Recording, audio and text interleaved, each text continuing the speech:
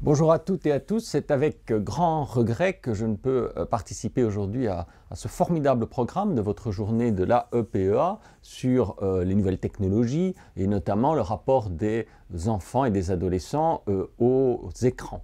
Donc avec les organisateurs, nous avons convenu que, même si ce sera moins vivant, je vous fasse une mini-conférence que nous enregistrons aujourd'hui, c'est-à-dire la veille, dans mon laboratoire de la Sorbonne, qui est le laboratoire de psychologie du développement et de l'éducation de l'enfant, un laboratoire du CNRS créé sur le site historique où Alfred Binet, jadis, il y a plus d'un siècle, inventa les premières échelles du développement de l'intelligence. Et aujourd'hui encore, dans ce laboratoire, on cherche à comprendre avec les technologies les plus nouvelles, les écrans dont on a parlé tout à l'heure, mais aussi l'imagerie cérébrale, structurale et fonctionnelle, ce qui se passe dans le cerveau de l'enfant qui apprend, et en particulier face à des écrans.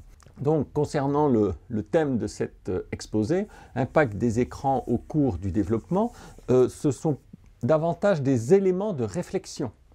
Il faut tout de même avoir à l'idée que le recul est extrêmement court depuis la révolution du numérique. Si l'on se réfère à la révolution cognitive antérieure qui a eu lieu, comparable, celle de l'imprimerie à la Renaissance, on voit combien nous sommes très proches, nous sommes à peine à 10 ans, comme si nous étions à 10 ans de la première Bible publiée par Gutenberg avec ses caractères métalliques mobiles, donc le début de l'imprimerie. Les premières tablettes sont arrivées de façon systématique au pied des sapins de Noël des enfants il y a seulement quelques années. Donc le fait que des congrès s'organisent, que des programmes de recherche se lancent, y compris avec l'observation du cerveau de l'enfant, et finalement, par rapport au peu de temps de recul que l'on a, déjà une prise de conscience formidable de la recherche et des professionnels de la psychologie. Donc la question qu'on se pose, que les psychologues se posent, les parents, les professeurs, beaucoup les journalistes, est quel est l'impact des écrans au cours du développement cognitif ? La première réponse que je voudrais donner, qui ressort vraiment des recherches expérimentales que l'on a faites, c'est que lorsque vous observez un adolescent comme celui-ci face à un écran, et qu'il doit par exemple résoudre une tâche de raisonnement, on a démontré ici même dans mon laboratoire que selon la stratégie de raisonnement, le mode de pensée qu'il va décliner, appliquer, il va mobiliser des réseaux neuronaux radicalement différents. Vous avez ici le cerveau du même adolescent, celui-là, selon qu'il va fonctionner de façon très automatique, par exemple visuelle et spatiale, ou ici le cerveau de l'adolescent qui aura appris à inhiber son automatisme visuo-spatial pour raisonner autrement, être créatif, trouver une solution logique. Et c'est seulement à ce moment-là que son cortex préfrontal, à l'avant du cerveau, se met en marche et qu'il se libère en quelque sorte de ces automatismes un peu trop rapides de pensée, automatisme cognitif. Ce qu'on a donc là, c'est un phénomène de variabilité intra-individuelle, on peut aussi l'appeler la plasticité cérébrale, et cela pose d'emblée tout le problème. Vous avez ici la chaîne, on va dire, du traitement de l'information dans le cerveau humain, depuis l'entrée visuelle. L'entrée visuelle, c'est l'œil qui regarde l'écran, jusqu'à la commande motrice. La commande motrice, c'est le doigt qui appuie sur une touche ou qui clique ou qui bouge sur un écran tactile. Donc on est toujours entre entrée visuelle et commande motrice.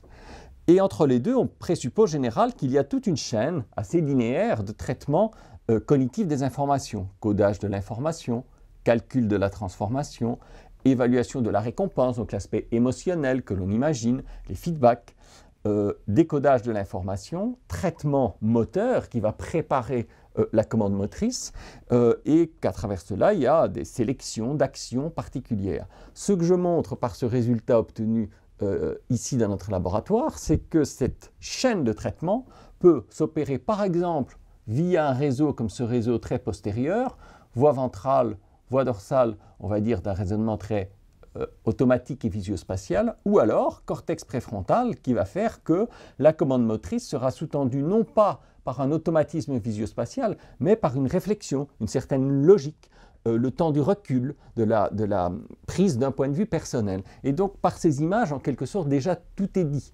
Il ne s'agit pas seulement de se demander s'il faut tolérer ou interdire les écrans, c'est lorsque l'enfant est face à l'écran que apprend-on à faire à son cerveau pour raisonner, pour jouer, pour progresser. Et donc la responsabilité des parents, des professeurs et des éducateurs est énorme, puisqu'on voit combien l'enfant, si on le laissait de façon autonome jouer sur un mode uniquement automatique, stéréotypé et répétitif, pourrait ne faire fonctionner en boucle que cette partie du cerveau et utiliser très peu ses capacités de réflexion, de synthèse personnelle, de prise de recul.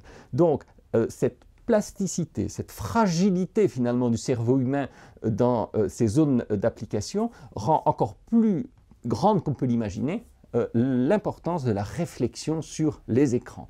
Parce que ce qu'il faut faire aujourd'hui, nous, chercheurs, professionnels de la psychologie, c'est mettre en relation ces deux machines, la machine électronique, que ce soit un ordinateur classique comme celui-ci, ou une tablette, smartphone, la machine électronique et la machine biologique et cérébrale.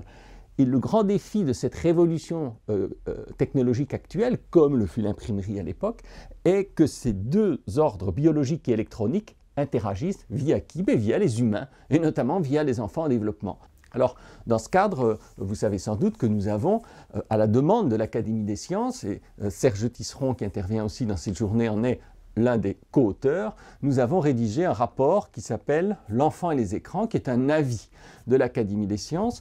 Et nous ne souhaitions pas seulement faire une réflexion scientifique ou théorique. Nous avons d'emblée, ce qui n'a pas toujours été dit dans la presse, nous avons d'emblée en parallèle co-construit un manuel pédagogique avec la fondation La main à la pâte qui s'appelle « Les écrans, le cerveau et l'enfant ».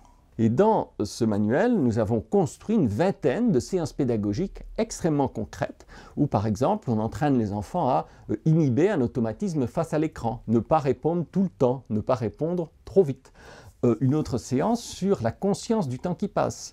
On apprend à des enfants qui jouent à deux face à l'écran, l'un mesure avec le chronomètre le temps objectif, l'autre joue sur l'ordinateur ou recherche des informations, regarde des images, et va devoir mesurer, quantifier sur une échelle le temps subjectif, le temps qu'il croit avoir passé devant l'écran. Comme vous l'imaginez, il y a un écart systématique qui fait que le temps objectif est plus grand que le temps subjectif. Se déclenche, vous le comprenez, un déclic métacognitif où ils retiennent, et sans doute pour très longtemps dans leur vie, qu'en effet, systématiquement, il y a un décalage quasiment mathématique, ou en tout cas psychomathématique, entre le temps objectif et le temps subjectif qu'ils passent à l'écran. Et par ailleurs, outre le fait qu'ils apprennent à s'autoréguler, là c'est l'exemple du temps, l'exemple précédent c'était l'automatisme de réponse trop rapide, montre aussi aux enfants finalement qu'on s'intéresse à eux, et que c'est un problème pour les parents et pour les éducateurs que ce qu'ils font avec leur cerveau, leur comportement face à l'écran. Et rien que cela, au-delà du contenu des interventions, le fait que les enfants voient que c'est un sujet de préoccupation et de réflexion, leur rapport aux écrans, est très bien pour eux. Les résultats des premières recherches d'imagerie cérébrale montrent déjà une chose fort intéressante. Si vous regardez simplement la maturation au cours de l'enfance, donc ici la naissance, l'âge adulte, on a des courbes en U inversées qui se chevauchent. Ces courbes en U révèlent l'ouverture neuronale, une grande augmentation, une multiplication des connexions synaptiques possibles. Et à un moment donné, vous voyez que chacune de ces courbes, après augmentation, diminue. Et lorsqu'elle diminue, c'est parce qu'il y a une sélection, un élagage neuronal. Et c'est donc parce que l'on apprend, on se spécialise. C'est très connu pour le langage, où au début de la vie, le bébé, chaque bébé du monde peut potentiellement parler, comprendre, entendre, discriminer les phonèmes de toutes les langues du monde. Néanmoins, selon le bain linguistique, il va refermer ses tiroirs neuronaux à une langue ou deux langues si le bilinguisme a été précoce. Ce qui est vrai pour le langage est vrai dans tous les domaines du développement cognitif. On a des phases de connexion très ouvertes et puis de sélection parce qu'on a appris à catégoriser, à dénombrer, à raisonner. Et donc nos réseaux se sélectionnent en interaction avec l'environnement et se stabilisent. Cela étant dit, la vraie info qu'il y a sur ce schéma est encore autre. C'est qu'au lieu d'avoir une seule courbe de maturation au tout début de la vie, on a souvent entendu « tout se joue avant 2 ans, tout se joue avant 1 an », c'est totalement vrai et totalement faux. C'est vrai pour les systèmes sensorimoteurs qui se trouvent ici. En effet, sur le plan de la sensorimotricité, et Piaget l'avait très bien vu avec son stade sensorimoteur, le cerveau est très tôt mature et efficace.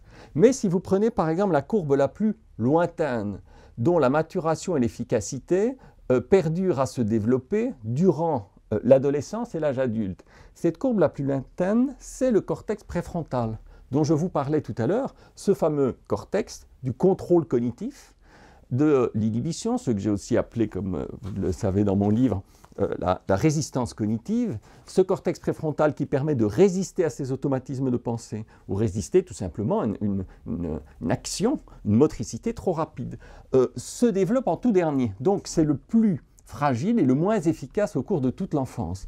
Si on applique cela à la question du numérique, des nouvelles technologies, ça veut donc dire que très tôt, les jeunes enfants, voire les bébés, et pourquoi pas, auront une grande dextérité avec les écrans. Ils sont adaptés au tactile. Les bébés adorent toucher du doigt ce qu'ils voient. Les enfants de quelques années, on le voit, utilisent mieux les écrans, les tablettes que leurs parents ou que leurs grands-parents.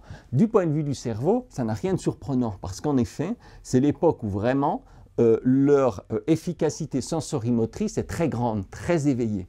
En revanche, ces mêmes enfants ne sont pas encore du tout matures pour contrôler ce qu'ils font face à l'écran et qu'ils peuvent très bien répondre vite et donner le sentiment d'être de très bons informaticiens ou spécialistes du digital parce qu'ils utilisent très bien l'instrument sur le plan sensorimoteur, mais du point de vue de la pensée, du point de vue du raisonnement, être au niveau minimal, je dirais, parce que le cortex préfrontal qui permet précisément d'ordonner ses pensées, de résister aux automatismes, lui n'est pas encore du tout mature. Toujours pour comprendre ce monde des écrans et le développement cognitif, dans les recherches sur le développement cognitif, après Piaget, et en ayant à la fois fait honneur à sa théorie, en ayant critiqué, ce que l'on étudie aujourd'hui, c'est l'architecture cognitive. Comment, du jeune enfant à l'âge adulte, doivent se construire les notions fondamentales, les invariants conceptuels que sont la permanence de l'objet, le nombre, la catégorisation et le raisonnement. Ce livre jaune que je fais disparaître derrière mon dos, il est évident pour vous qu'il continue d'exister. Votre cerveau infère la permanence de l'objet. Si je le cache partiellement, il ne s'agit pas pour vous d'un demi-livre, parce que votre cerveau infère l'unité de l'objet. Lorsque le bébé a inféré unité et permanence de l'objet, de façon irrépressible pour le reste de la vie, l'enfant plus grand, l'adolescent et l'adulte, aura la gourmandise cognitive de faire soit du traitement quantitatif, c'est le nombre qui conduira aux mathématiques, soit du traitement qualitatif, la catégorisation, forme, couleur, fonction, qui conduira aux taxonomies. Mathématiques et taxonomie sont vraiment l'objet de construction culturelle dans le cerveau, d'apprentissage culturel. Et enfin, lorsque ces traitements quantitatifs et ou qualitatifs ne porteront plus seulement sur des objets concrets, comme l'exemple de ce livre, ou comme vous et moi, des objets humains, lorsque cela ne portera plus seulement sur du concret, mais sur des idées, des hypothèses, des propositions logiques, on accédera au raisonnement. Et ce qui est important de concevoir, c'est que cette architecture cognitive, ce qu'on appelle le développement de l'intelligence, de l'objet au raisonnement, est ce qui va donc nous permettre de structurer le réel, mais qu'aujourd'hui, ce sont ces mêmes notions, avec la révolution numérique, qu'il faut considérer en ajoutant la complexification de l'environnement technologique par les écrans. Parce que de fait, la permanence de l'objet est très sollicitée sur les écrans, puisqu'on est plus dans le virtuel, on parle d'objets qui ne sont pas présents ici, mais que l'on peut imaginer ou dont on peut se souvenir. Le nombre et la catégorisation en permanence sur un écran lorsque vous faites un jeu ou que vous discutez sur un réseau social ou que vous utilisez un moteur de recherche comme Google, vous faites en permanence du traitement qualitatif, catégorisation et ou quantitatif, nombre. On pourrait dire que ce qui est peut-être le moins sollicité est le raisonnement, mais on peut aussi en faire face aux écrans puisque précisément un moteur de recherche peut être un très bon outil pour faire du raisonnement hypothético-déductif. On émet une hypothèse, on se pose une question, et à partir de cette question et de cette hypothèse, on va rechercher des informations dans le moteur de recherche, et dès lors, partout où l'on veut dans le monde, donc il y a là quand même une puissance d'exploration inédite, à vérifier ou infirmer notre hypothèse. Donc dans le meilleur des mondes, le raisonnement pourrait aussi être très renforcé par les écrans. Mais on peut aussi imaginer qu'on ne fonctionne que de façon très automatique, comme je le disais tout à l'heure, basique, primaire, en appliquant systématiquement les mêmes automatismes de dénombrement ou de catégorisation sans vraiment raisonner. Une photo que vous voyez ici, que j'ai prise en famille, c'était après le repas de Noël. Vous voyez sur le canapé toute une série d'enfants d'âge chronologique, le papa, tous regardent soit sur une tablette, soit sur un écran. Regardez néanmoins, pour les spécialistes psychologues, que c'est de l'attention conjointe. Hein. Ce n'est pas un écran, un enfant. Ils sont quand même à 3, il y a un groupe social, et à 3, ils savent qu'ils sont en train de porter leur intérêt sur la même chose. Et l'autre petit qui arrive tout en ayant aussi un petit écran, ça peut aussi s'agir d'un faux téléphone portable comme il en existe dans la main, observe, regarde, a sans doute peut-être envie d'interagir avec eux, il ne le regarde pas. Bref, on a là un peu une tranche de la réalité sociale d'aujourd'hui, des enfants en famille, donc situation naturelle, on est bien dans le monde réel, il y a des plantes, des canapés, des humains, mais les écrans sont là et on voit combien ils changent l'organisation de ce groupe, de cette famille à ce moment-là. Donc la question qui se pose, c'est dans le nouveau monde ainsi fait, comment vont continuer de se construire ou se construire autrement la permanence de l'objet, le dénombrement, la catégorisation et le raisonnement, qui constituent donc l'architecture cognitive. Dans donc, cet avis de l'Académie des sciences, nous avons de façon générale, en termes de principe, préconisé pour tous ces âges, comme ceux que l'on vient de voir, une pédagogie différenciée du bébé à l'adolescent, et notre avis insiste, comme je l'évoquais déjà, sur la capacité fondamentale d'une éducation à l'autorégulation de l'enfant face aux écrans, et cela dès le plus jeune âge, puisque l'on constate que dans les familles, les écrans sont là, comme sont là aujourd'hui tous les autres objets usuels. Donc, s'ils sont là, eh bien, s'impose, dès l'instant où ils sont là, dès le plus jeune âge, une autorégulation face aux écrans, qui ne sera pas spontanée, naturelle. Donc, il faudra d'abord que ce soit une régulation provoquée par les adultes, par les grands frères, les grandes sœurs, mais que peu à peu, et c'est un mécanisme que je ne vous apprendrai pas et qui est très connu en psychologie, après une régulation effective par le langage, par la communication, par le dialogue, peu à peu, Vygotsky avait décrit ça très bien, on peut en arriver à un langage intérieur et à une régulation intériorisée. Ce qu'on appelle aujourd'hui dans le cerveau les fonctions exécutives du cortex préfrontal qui nous permettent d'anticiper, d'inhiber telle réponse, au sens positif de l'inhibition. Donc l'inhibition de cette réponse va nous permettre d'être flexible, d'en activer une autre. À ce moment-là, l'enfant, sur un réseau social, ne va pas nécessairement dire j'aime ou j'aime pas, mais essayer de se dire est-ce que le raisonnement qu'on me tient est valide ou pas valide. Et là, vous retrouvez Aristote, les syllogismes, qui déjà dans la Grèce antique luttaient contre les sophismes et les paralogismes, Montaigne, guerre des religions, qui luttait contre les manipulations de l'esprit et qui parlait d'une éducation au contrôle de l'esprit. Si l'on reprend la chronologie des stades, ce qu'on appelait classiquement le stade sensorimoteur fait que, en effet, vous voyez cette autre photo que j'aime beaucoup, qui correspond aussi à une tranche de vie, une tranche de réel. Vous voyez sans doute le grand-père, la grande sœur, et un jeune bébé, tous les trois ont une triple attention conjointe sur une tablette avec des choses jolies, colorées. Très vraisemblablement, quand on appuie sur une touche, on va entendre un son ou une forme va se déplacer. Vous voyez l'intérêt du bébé, vous voyez que le doigt du bébé, qui ne pointe pas mais est pointé, on est donc dans une conduite très classique sociale d'imitation, de préparation à l'imitation, et de surcroît, comme on l'a vu, ses capacités sensorimotrices sont déjà très éveillées. Donc, il a l'aptitude, la gourmandise et l'envie de toucher du doigt ce qu'il voit. Et cela, on le savait bien avant l'émergence des écrans et du numérique. Donc, il y aura un contresens social, cognitif, neurocognitif à empêcher les bébés de toucher la tablette de leur grand-père ou de leur grande sœur ou grand frère quand ils les voient, surtout si cette tablette déclenche des sons, déclenche des couleurs, dont vous comprenez que ça va déjà éveiller la catégorisation, par exemple. Dans ce cadre donc d'éveil précoce, et chaque mot a son importance, une tablette numérique interactive, parce qu'il s'agira à ce moment-là d'une interaction, l'enfant n'étant pas passif mais acteur des événements qui vont se produire sur la tablette, image ou son, interactive au double sens aussi que nous, ce que l'on préconise, c'est jamais de bébé ou de jeune enfant seul avec une tablette ou un écran, et encore beaucoup moins avec une télévision ou un JT de 20 heures qui présenterait des informations violentes ou incompréhensibles, en tout cas pour l'enfant. Moi, je suis très clair sur ce point-là, mais de là à exclure une interaction sociale sur un objet technologique nouveau pour lequel le bébé a déjà l'aptitude sensorimotrice et l'appétence cognitive de faire des découvertes, ça, ce ne serait pas bien à mon avis, parce que ce serait frustrer la nouvelle génération de son intérêt qui peut être précoce pour le numérique, mais toujours, comme on le voit sur cette photo, accompagné à plusieurs et dans le cadre éducatif de cette autorégulation qu'on va apprendre à mettre en place. Et on sait que ces tablettes qui ont été conçues tactiles, très intuitives, plutôt pour les adolescents ou les adultes, en fait rentrent, et ça n'a pas été prévu, je pense, au départ, entre totalement en résonance avec le mode de fonctionnement des bébés qui aiment toucher du doigt ce qu'ils voient et qui, du coup, quand ils bougent le doigt de telle façon, ils vont voir apparaître telle forme ou telle couleur. Quand ils bougent le doigt un peu différemment, ils auront la forme et le son.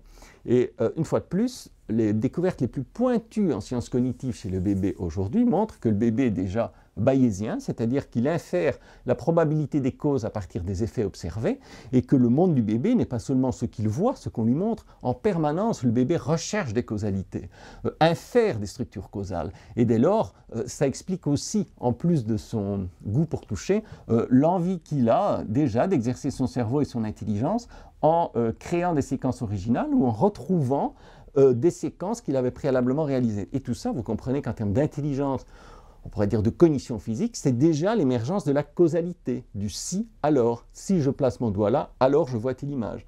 Si je place mon doigt là, alors j'entends tel son. Si je fais telle séquence, ce qui est un peu plus complexe, ou pour des jeux qui existent maintenant pour les enfants un peu plus grands d'apprentissage de la géométrie, notamment des jeux Montessori numériques, les enfants doivent parfois de façon très fine utiliser leurs doigts pour faire des rotations tridimensionnelles d'objets dans l'espace. Donc là aussi, il y a une fausse idée que de dire que les enfants sur les écrans n'apprennent plus à faire bouger leurs doigts ou à faire des coordinations motrices. C'est faux. Ils peuvent le faire, ce qui n'exclut pas du tout aussi de le faire dans le réel avec des vrais objets. Il n'y a aucune raison d'opposer les choses, et le cerveau humain, comme on l'a vu, est encore suffisamment ouvert, comme pour les langues, et le numérique est une forme de langue, le cerveau humain est encore suffisamment ouvert pour que l'enfant puisse à la fois apprendre le nombre, la catégorisation, le raisonnement, la causalité physique, dans le numérique et ou dans le monde réel. Et de la même façon, on peut considérer que c'est bon, très bon même, de switcher de l'écran au réel ou de la feuille à l'écran pour commencer à prendre l'alternance du virtuel, le semblant et du réel, c'est-à-dire le pour de vrai, et en jouer tout en faisant la part de l'un et de l'autre. Considérer la question de la distinction du réel et du virtuel à l'adolescence, ou voire plus tard pour les cas de radicalisation, de déradicalisation, c'est évidemment beaucoup trop tard. Et c'est à ce moment-là le plus propice dans le développement cognitif de l'enfant, entre 2 et 6 ans. Je vais reprendre l'exemple du dessin. On dit quelquefois, mais si là vous avez une illustration d'une tablette graphique. Si l'enfant ne dessine que sur tablette graphique, il ne sera plus capable de dessiner avec du papier crayon dans le réel. Évidemment, comme pour tout apprentissage, si on n'apprend plus qu'à faire une seule chose, l'autre en n'étant pas entraîné, elle disparaît. Mais personne n'a dit de faire ainsi. Il faut au contraire apprendre à faire les deux. Et ça, c'est intéressant. Pourquoi? Parce que imaginez que l'enfant dessine sur sa tablette graphique un bonhomme. Vous comprenez bien, et tous les psychologues qui sont là le prédiraient, spécialistes du dessin ou d'entretien individuel, qu'on va retrouver dans le dessin dessiné sur la tablette par l'enfant tous les stades du dessin enfantin du bonhomme. Il n'y aura pas un dessin de bonhomme différent parce qu'on est sur une tablette ou sur un papier. Donc, on va dire le niveau de complexité d'élaboration du dessin de l'enfant sera sans doute très comparable et on a déjà pu le tester. En revanche, qu'est-ce qu'il y a d'autre derrière cela ?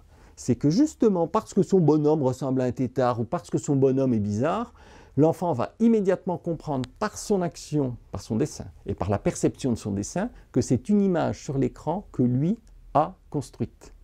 Et donc vous comprenez qu'en termes métacognitifs, philosophiques, réflexion sur le numérique, ce qu'on apprend à l'enfant, c'est que les images sur les écrans sont construites. Et la meilleure façon de le faire, comme l'enfant est encore assez égocentré, disons, c'est qu'il s'en rend compte par lui-même. Et là, il va évidemment, ne serait-ce qu'implicitement, savoir que c'est son image à lui, et ne plus croire que sur l'écran, c'est la réalité. Et plus son bonhomme sera caricatural, mieux ce sera, parce que précisément, il verra que ce n'est pas aussi beau que le dessin, par exemple, qui était dans l'histoire du Chaperon rouge, ou qu'un jeu hyper réaliste qu'il ferait. Donc, vous voyez que là aussi, j'essaie de complexifier les débats qu'on peut avoir, au-delà de dire « Ah, si l'enfant dessine sur une tablette, il n'aura plus la finesse de coordination des doigts pour dessiner sur papier. » Bien sûr, donc il faut qu'il fasse les deux, mais sachez aussi que ne pas interdire surtout les tablettes graphiques, parce qu'à travers ça, l'enfant comprend pour la première fois ce qu'on apprendra plus tard en école de journalisme, beaucoup plus tard, à l'âge adulte, que les images sont construites, que ce qu'on voit à la télé ou sur écran, c'est toujours une construction avec un auteur. Et là, l'enfant ressent évidemment,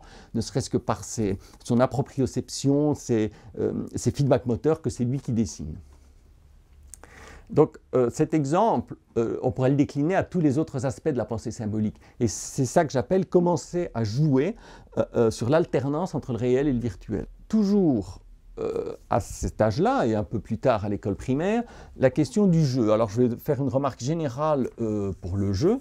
Bon, ce qu'il y a d'abord de génial, c'est que le jeu, on a tous appris dans nos études de psychologie que c'était plutôt un stade enfantin, que ce soit le jeu chez Château, chez Vallon, chez Piaget, j'en oublie d'autres, les fameux stades du jeu qui ont par ailleurs été décrits de façon corrélative avec le dessin.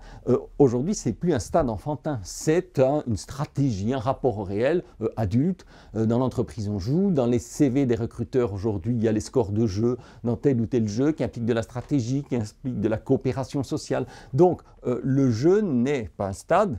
Moi, ça correspond assez bien à ma conception du développement, qui n'est pas par stade, mais dynamique et non linéaire, avec des modes de faire ou des modes de stratégie qui peuvent ressurgir à tout moment, et le jeu en est un exemple. Le jeu domine chez le jeune enfant. On a cru que c'était un stade, mais on voit que l'apparition de technologies nouvelles et de jeux vidéo font que les adultes jouent autant, voire plus, que les enfants. Sans parler des maisons de retraite. Alors, la pratique de certains jeux vidéo améliore, et ça c'est expérimentalement montré, il faut le dire, et on l'a dit dans ce rapport, les capacités d'attention visuelle, identification de cibles, flexibilité, attention simultanée à plusieurs choses et prise de décision rapide. Donc là aussi, il faut casser certaines idées reçues. On dit mais les écrans, l'exposition aux écrans va rendre les enfants moins concentrés, moins attentifs. Ça peut l'être s'ils sont fatigués et si les écrans les a fatigués. Mais ça, ce n'est pas spécifique à l'écran, c'est spécifique au fait que nous avons des capacités limitées de traitement, d'attention, de mémoire et tout simplement physique, de fatigue du corps, de la posture et aussi de fatigue visuelle. On sait aujourd'hui que les écrans fatiguent beaucoup les yeux. Donc là, oui, évidemment, si c'est de l'ordre de la fatigue, eh bien, il faut arrêter de regarder l'écran, diminuer le temps d'écran parce que l'enfant sera fatigué et dès lors ne sera pas concentré dans une autre tâche qu'il devrait faire en même temps ou après. Mais en dehors de ces questions de fatigue, en soi, quand l'enfant est bien réveillé et qu'il joue avec l'écran, cela améliore toutes ces capacités d'attention visuelle que j'ai évoquées. On peut rapidement le comprendre parce qu'on doit très rapidement identifier une information sur l'écran. Si l'on joue, on doit sélectionner le bon distracteur, la bonne cible, la bonne info au bon moment. Donc c'est un super entraînement que n'ont sans doute pas eu les générations antérieures à être attentif à plusieurs choses, faire du multidimensionnel, être très rapide pour identifier une information nouvelle. Donc tout cela contribue à une attention visuelle accrue. Et l'usage des écrans, qu'il s'agisse de jeux ou d'exploration sur Internet, de façon générale, améliore ce qu'on peut appeler l'intelligence fluide. Justement, cette capacité à être très rapide, multitâche, switcher d'une chose à l'autre, et de façon générale, et on le remarque dans les générations qui viennent, ils ont aussi des défauts, on le verra, mais l'une des qualités, c'est cette rapidité et fluidité de l'intelligence qui est sans doute provoquée par l'exercice intense des écrans. Donc le jeu peut avoir des effets positifs sur tous les aspects d'attention visuelle évoqués. Les jeux ont aussi des effets positifs en domaine éducatif. Souvenez de l'architecture cognitive, de l'objet au raisonnement. Prenons l'exemple de la catégorisation. L'un des enjeux éducatifs importants à la fin du maternel, début du primaire, est évidemment l'apprentissage de la lecture, qui est quand même une clé d'accès essentiels au monde. Et bien par exemple, il existe un logiciel d'accès libre qui s'appelle GraphoGame, qui prépare les enfants à la lecture. Donc c'est un logiciel ludique d'apprentissage des associations entre les graphèmes, les lettres, et les phonèmes, les sons. C'est pour ça qu'il s'appelle GraphoGame. On sait, tous les travaux scientifiques l'ont montré, que ce qui est au cœur de l'apprentissage de la lecture, ce sont les correspondances graphophonologiques.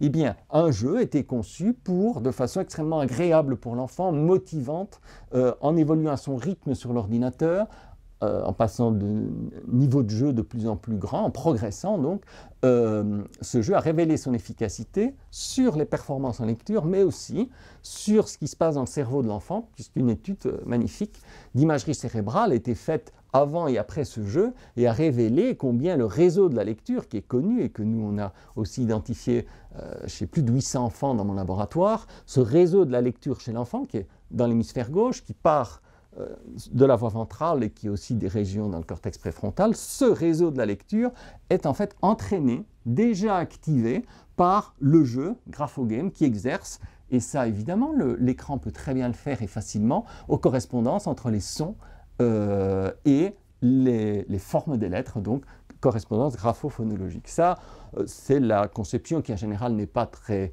discutée. Tout le monde est d'accord sur le fait que des jeux éducatifs, c'est génial pour les enfants, et en complément de l'école, ça, tout en jouant, les entraîne à des acquisitions scolaires, académiques, fondamentales. Un autre jeu dans le domaine de la lecture a utilisé les propriétés physiques d'une tablette, à savoir que l'on peut très facilement écarter les lettres avec les doigts ou programmer l'écartement des lettres pour des enfants dyslexiques. Et donc ce dispositif permet de corriger un bon nombre de difficultés des dyslexiques et il existe donc cette application d'espacement de lettres sur tablette, ce qui fait que lorsque les lettres sont espacées, les enfants les confondent moins. Dans le même esprit, et pour les 6-12 ans, il existe, le laboratoire de Stanislas Dehaene a mis ça au point pour le nombre, des jeux, dont un jeu qui s'appelle la course au nombre, qui a été conçu afin d'aider les enfants en calcul en général, et particulièrement les enfants qui ont des troubles de calcul qu'on appelle les dyscalculies. Ce jeu-là porte sur le nombre, le précédent portait sur la catégorisation des lettres et des sons, donc vous voyez qu'on retrouve l'architecture cognitive que je vous décrivais précédemment à travers les écrans et à travers le jeu. Le jeu va suivre le rythme de l'enfant.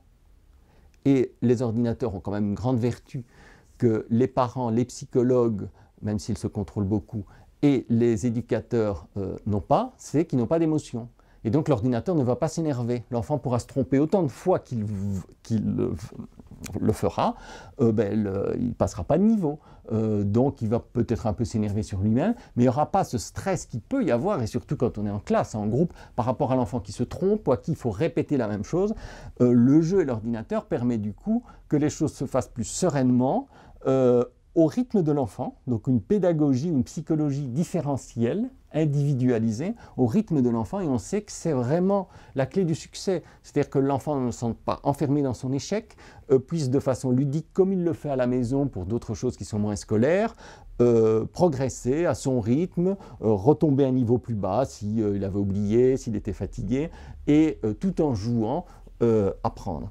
Il y avait aussi cette application Montessori Math avec du nombre, des opérations, addition, soustraction, multiplication, large échelle de nombres pour des estimations. Donc vous voyez aussi que tout ce qui était, je veux dire, le plus merveilleux dans les pédagogies nouvelles, Montessori, Freinet, d'autres pédagogies, sont aujourd'hui très rapidement sont déclinées, réutilisées en complément de l'organisation de la classe, par exemple en atelier qu'on fait pour Freinet ou Montessori, en application numérique. Et que là aussi, il n'y a pas d'opposition entre le numérique et les pédagogies nouvelles, participatives, où l'enfant est acteur, tel Montessori ou Freinet, bien au contraire. Peut-être déjà plus tôt, mais en tout cas au cœur du primaire, vraiment faire une éducation explicite, apprendre à l'enfant l'autorégulation face aux écrans, tant pour son développement cognitif que sa santé. Les questions de fatigue que j'évoquais tout à l'heure, de sommeil, sont évidemment cruciales. Il y a beaucoup de dérives possibles par rapport à cela. Donc il faut que l'enfant, là aussi, mesure, l'exemple que je donnais, le temps qu'il passe face à l'écran, peut aussi mesurer le temps de son sommeil avec ses parents, voir si un exercice qu'il a fait avant de jouer sur l'écran ou après, recueille d'aussi bonnes performances pour qu'il mesure l'impact parfois négatif que peut avoir l'écran. Alors, une raison, un argument que je peux vous donner sur la raison pour laquelle il est très bien de commencer, et possible, en tout cas très tôt, ces réflexions sur l'écran, le cerveau avec les enfants, c'est que dans mon laboratoire où nous sommes, nous faisons par exemple, avec des enfants dès la grande section de maternelle jusqu'au CM2, des expériences en imagerie cérébrale magnétique, structurale et fonctionnelle, donc cette énorme caméra que vous voyez là, sous les yeux des parents. Nous faisons des expériences extrêmement pointues pour explorer quels réseaux neuronaux s'activent quand l'enfant dénombre, catégorise, raisonne, et en général, pour des raisons de mesure, cela s'est toujours fait sur des écrans, puisque la psychologie expérimentale, scientifique, depuis l'apparition des micro-ordinateurs dans les années 80, utilise des écrans pour programmer les stimulations que l'on voit à l'écran, des images et des sons, des questions que l'on pose à l'individu qui passe l'expérience. Et surtout, lorsqu'on fait de l'imagerie cérébrale, vous comprenez qu'il faut une parfaite synchronisation, comme dans un orchestre. Donc, on doit savoir, quand on mesure le cerveau, ce que l'enfant était en train de répondre à ce moment-là, ou ce qu'il voyait, ou ce qu'il entendait. Donc, l'ordinateur est de fait, pour des raisons de mesure, de science au cœur de ces dispositifs. Mais dès lors, en même temps, ça veut dire qu'on a déjà beaucoup de données, et là les psychologues, je pense, sont très bien sur ce point et apportent quelque chose à la société. On a déjà beaucoup de données sur la façon dont, selon les âges, le cerveau de l'enfant peut réagir face aux écrans. Donc, cet exemple de recherche que nous faisons, simplement pour vous dire, il ne faut pas avoir peur de parler très tôt aux enfants des choses les plus sérieuses. Alors tous les psychologues et psychanalystes le savent pour tout ce qui est du domaine psycho-affectif, mais je puis vous confirmer que c'est la même chose pour les domaines de la psychologie cognitive, des neurosciences, des technologies les plus exigeantes et contraignantes auxquelles les enfants finissent par participer avec beaucoup d'envie, beaucoup de motivation.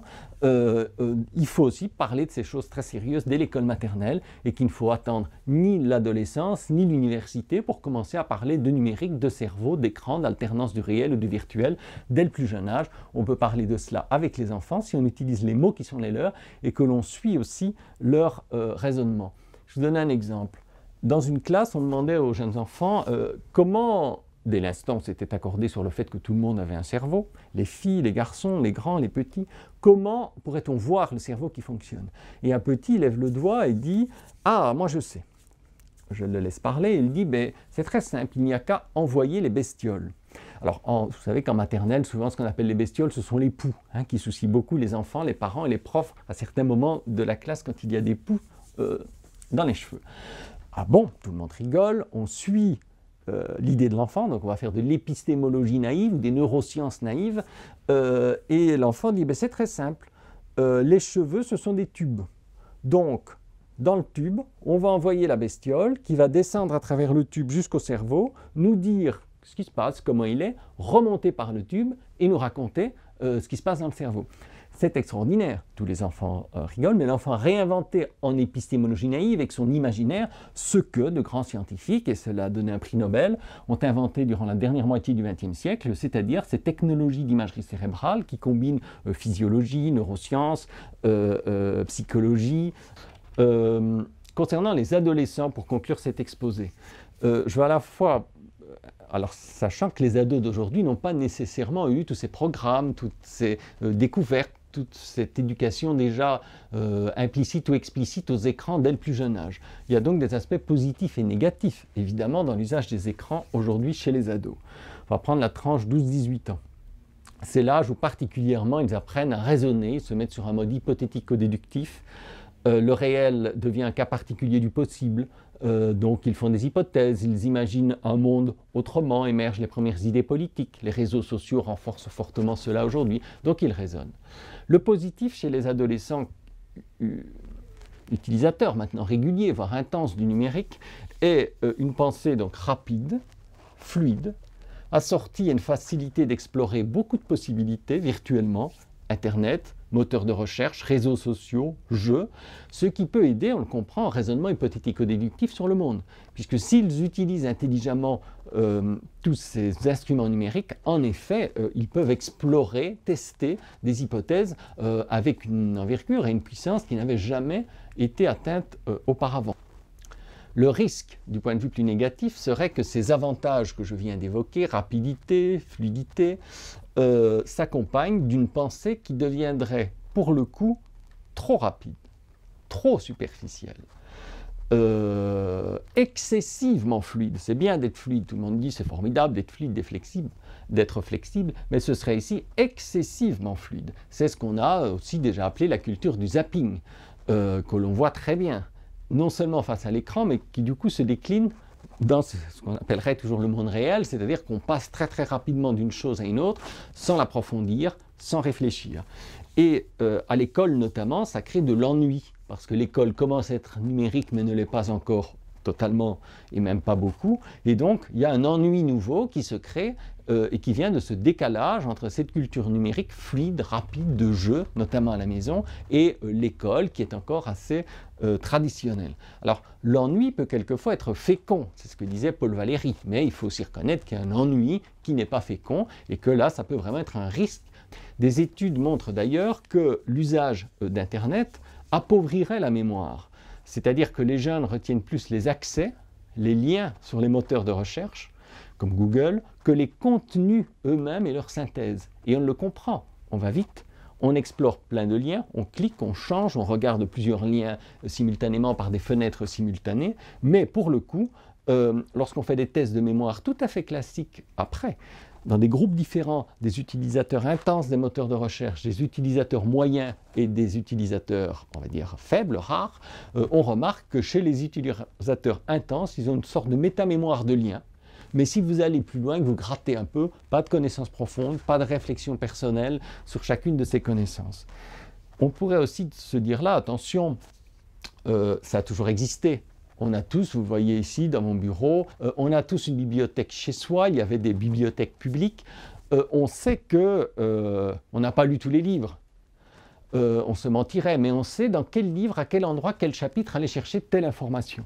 Donc c'est un peu cela qui se passe avec la mémoire des liens sur les écrans, sur le numérique. Simplement, une fois de plus, c'est une question d'intensité. Ça devient sans doute excessif. C'est excessivement une mémoire de liens, sans quelquefois ne plus jamais avoir pris le temps d'approfondir ou de lire de façon linéaire un livre ou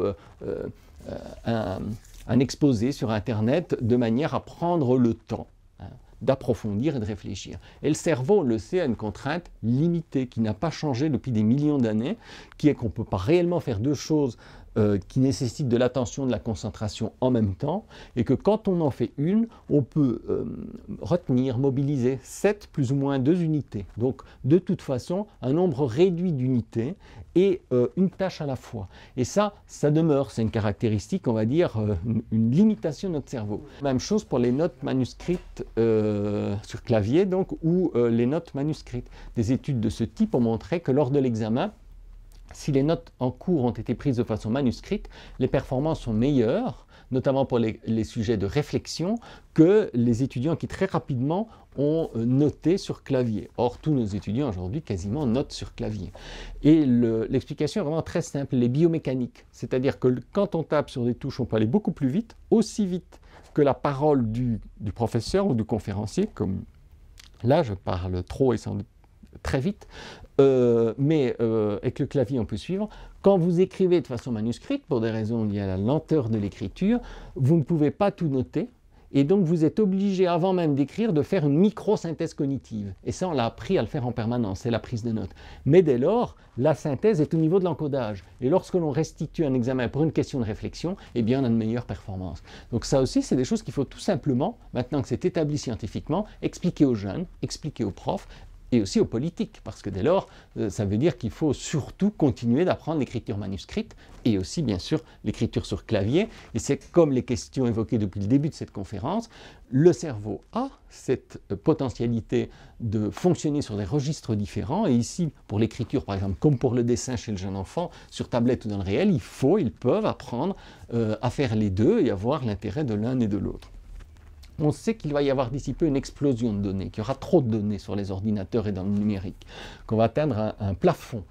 On va donc très certainement, c'est une prédiction que je fais, devoir passer, et c'est très bien, du quantitatif au qualitatif. Donc il y aura moins de production numérique, il y aura moins d'informations qu'on pourra stocker et utiliser. Et nécessairement, ce qualitatif devra aussi tenir compte de ce qui est bon pour l'enfant, sa psychologie, son éducation, son cerveau. Et on ressent déjà que les parents comme les professeurs des écoles, sont demandeurs de cela.